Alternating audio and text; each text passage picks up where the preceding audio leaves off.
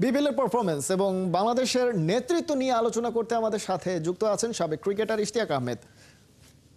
ইশতিয়াক আহমেদ, স্বাগত আপনাকে খেলা যোগে। সেই সাথে শুভ সকাল। আমরা দেখছিলাম নুরুল হাসান সোহানের কথা শুনছিলাম আমরা, কিন্তু নতুন যেভাবে আসলে বাংলাদেশ দলটা গড়ে তুলতে হবে বিশেষ করে টি-20-তে, সেটার জন্য একটু সময় পাচ্ছে ক্রিকেট বোর্ড, কিন্তু সেটা নিয়ে তো ভাবতেও হচ্ছে। কিন্তু সেই জায়গায় প্লেয়াররা যারা, আমরা যদি নাজমুল শান্তর কথা বলি, তিনি ক্যাপ্টেন্সিটা ছেড়ে দিলেন এবং তারপরে ব্যাটিংয়ে মনোযোগী দিতে চাইলেন, তারপরও আমরা তার ব্যাটে রান দেখছি না। স্পেশালি বিপিএলে তিনি ফরচুন বরিশালের একাদশ থেকেও ড্রপ হয়েছেন।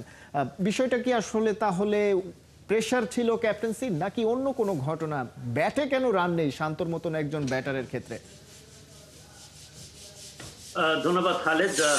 আমার মনে হয় শান্ত যখন ডিসাইড করেছিল যে সে ক্যাপ্টেন্সি ছেড়ে দিবে, অবভিয়াসলি একটা প্রেশার ছিল, তার নিজস্ব পারফরমেন্সের প্রেশার ছিল, নিশ্চয় কিছুটা হলেও সোশ্যাল মিডিয়া এবং বাইরের প্রেশার ছিল, সবকিছু মিলিয়ে আমার মনে হয়। তারপর 3টা ফরম্যাটের ক্যাপ্টেন, সেটাও তো 4টে কথা না। না পারতে সে opted out of captaincy। এখন এই মুহূর্তে সে তার ফর্মে, তার বিপিএলেও সে ফর্মে নাই। অথচ আমি মনে করি যে কোনো ইয়াং প্লেয়ারের মধ্যে leadership capabilities as a player, international স্ট্যান্ডার্ডে সেই মাপের প্লেয়ার আমি শান্তকে ধরেছিলাম। He was the ideal captain. But যাই হোক, এখন যেহেতু সে নাই, এখন চয়েস যা শোনা যাচ্ছে তাসকিন, লিটন এবং নুরুল হাসানের মধ্যে আছে। এখন আমাদেরকে দেখতে হবে যে কনসিস্টেন্ট কে, কনসিস্টেন্টলি টিমে খেলবে, কনসিস্টেন্ট ব্যাটিং এবং কনসিস্টেন্ট তার পারফরমেন্স সে যেখানে খেলুক না কেন। এখন তাসকিন কিন্তু খুব বেশি দিন আগে না, সে কিন্তু টি-20 প্লেয়ার তাকে মনে করা হতো না। তাসকিনের ইম্পর্টেন্স ইন বাংলাদেশ টিম, এটা ব্যাপারে কোনো সন্দেহ নেই। এখন তাকে যদি বাড়তি একটা দায়িত্ব যদি দেওয়া হয় ক্যাপ্টেন্সির, সেটা কি ঠিক হবে?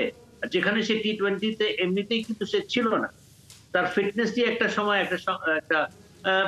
একটা সংকট ছিল, যেটা এখন অনেকখানি কমে গেছে। কিন্তু তারপরেও ফাস্ট বোলারদের ফিটনেসের উপরে সবসময় বাংলাদেশকে একটা বাড়তি একটা ফোকাস করতে হবে, বিকজ ইদানিং কালে fast bowlers are the ones who are winning matches for.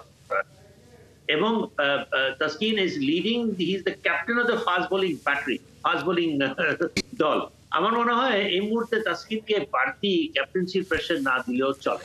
কিন্তু সেক্ষেত্রে আপনি বলছিলেন, সহকর্মী সাইফুল রূপকও বলছিল যে ওয়ার্কলোড ম্যানেজমেন্টেরও একটা ইস্যু রয়েছে। সেক্ষেত্রে তিনি যদি ইনজুর্ডও নাও হন, যদি ফর্মেও থাকেন, তারপরেও হয়তো বা তাকে রেস্ট দেওয়া প্রয়োজন হতে পারে। সেক্ষেত্রে ক্যাপ্টেন্সি ইস্যুটাও সামনে চলে আসে, তাকে ক্যাপ্টেন করলে সেই বিষয়টা ঠিক হবে কিনা। তাহলে কি ওয়ার্ল্ড ওয়াইড ক্রিকেটে পেসাররা কখনো ক্যাপ্টেন্সি করতে পারবেন না তার মানে? কেন? প্যাট কামিন্স কি করছে? Pat Cummins is one of the most successful captain's in contemporary cricket.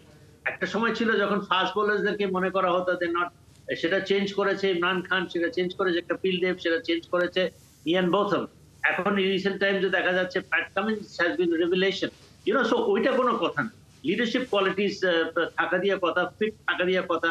তখন যে টাইমে ক্রিকেট হতো, তখন এরকম round the year, day in day out cricket এতটা হতো না যতটা ইদানিং কালে আছে। সুতরাং ওয়ের এন্ড টেয়ার হওয়ার, ইনজার্ড হওয়ার সম্ভাবনা অনেক বেশি।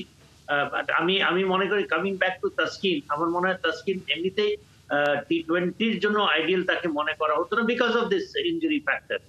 এখন যদি লিটন দাসের কথা যদি উঠে, লিটন দাস তো unpredictable in his batting. He is also not consistent. তো সেই জন্য সে এখন দল থেকেও বাদ পড়েছে।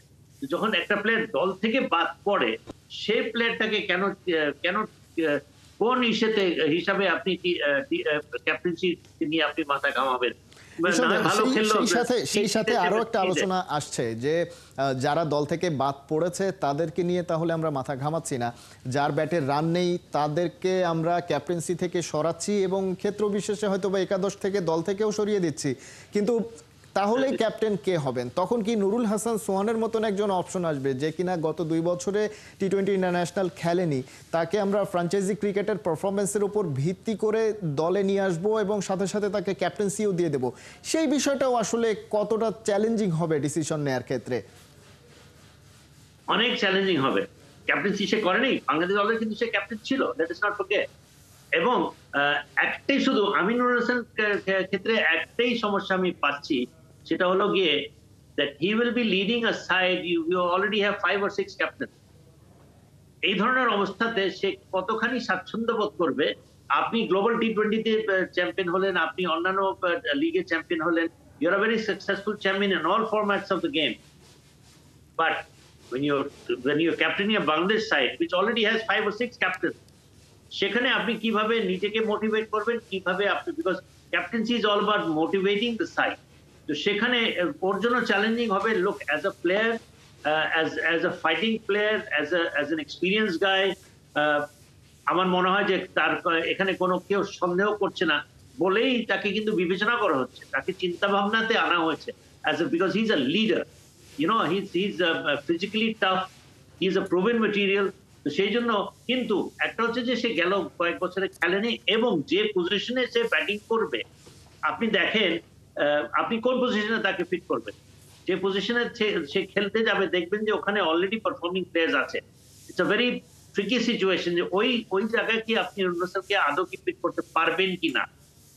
সে ব্যাটিং ভালো করছে, ফাইন, সে ক্যাপ্টেন্সি ভালো করছে, ফাইন, কিন্তু তাকে his first job will be to come in as a player, as a batter, as a wicket keeper. এখন শুধু উইকেট কিপার না, অলসো অ্যাজ আ ব্যাটার। তো সে যেখানে ব্যাটিং করে সেই জায়গা কি তাকে তার কি সে রিপ্লেস করতে পারবে? I doubt that. That is my only question. অর্থাৎ ক্যাপ্টেন্সি ইস্যুটা, ক্যাপ্টেন্সি দেওয়াটা সমস্যা না, সমস্যাটা হচ্ছে অ্যাজ এ ব্যাটার আমরা যদি নুরুল হাসান সোহানকে টি-20 করতে চাই, সেক্ষেত্রে হয়তোবা নির্বাচকদের একটা সমস্যায় পড়তে হবে। তাহলে আমাদেরকে একজন আমরা ক্যাপ্টেন খুঁজছি যে কিনা পারফর্মটাও ঠিকঠাক মতো করতে পারবে, সেই জায়গাটা কেন তাহলে পাওয়া যাচ্ছে না? দলে তো পারফর্মার রয়েছে, একেবারেই কোনো পারফর্মার নেই সেটা তো নয়। তাহলে কেন একজন পারফর্মিং ক্যাপ্টেন আমরা তৈরি করতে পারছি না বা খুঁজেই পাচ্ছি না? আমার মনে হয় যে yes Nurul, I am very happy, frankly speaking Khaled, I am very happy যে নুরুল হাসান, এবং সে বাই শেয়ার পারফরমেন্স করতে করতে এই অবস্থায় এসছে যে তাকে নিয়ে চিন্তা ভাবনা করা হচ্ছে। And I really hope, I sincerely hope যে সে যেন আসে, বাংলাদেশের দলে আসে, ইভেন অ্যাজ তাকে যদি 15 জন স্কোয়াডেও রাখা হয়, I will be the happiest guy. But তাকে সেটা করা হবে না, তাকে যদি আনা হয় তাহলে ক্যাপ্টেন হিসাবে আনা হবে, which আমার মনে হয় এই সময় it may not be very easy, but টি-20 ক্ষেত্রে আমার মনে হয় যে নির্বাচকরা তাকে সিরিয়াসলি চিন্তা ভাবনা করলেও করতে পারে। মেহেদী হাসান মিরাজ, যে কিনা আরেকটা ক্যান্ডিডেট ফর ক্যাপ্টেন্সি, সেও আমার মনে হয় যে টি-20 স্কিম অফ থিংস এর মধ্যে, চিন্তা ভাবনার মধ্যে মনে হয় হয়তো বা নাই, সেজন্য ক্যাপ্টেন্সি সেই কারণে আসলে সেই আলোচনাতে তাকে আনা হচ্ছে না। স্পেশালি টি-20 দলেও আসলে তাকে এই নির্বাচকটা খুব একটা বিবেচনা করেন না রিসেন্টলি। আমরা আসলে সামনে কি সিদ্ধান্ত হয় সেটাই জানার অপেক্ষায় থাকলাম। ইশতিয়াক আহমেদ, অনেক ধন্যবাদ আপনাকে আমাদের সঙ্গে যুক্ত হওয়ার জন্য। দর্শক, সাবেক ক্রিকেটার ইশতিয়াক আহমেদের সঙ্গে আলোচনা হচ্ছিল বাংলাদেশ দলের টি-20-তে কারা নেতৃত্ব দিতে পারেন এবং সেই নেতৃত্ব আসলে পারফর্ম করতে পারবে কতটা বা পারছে কতটা, সেই বিষয় নিয়ে আলোচনা হচ্ছিল। বিস্তারিত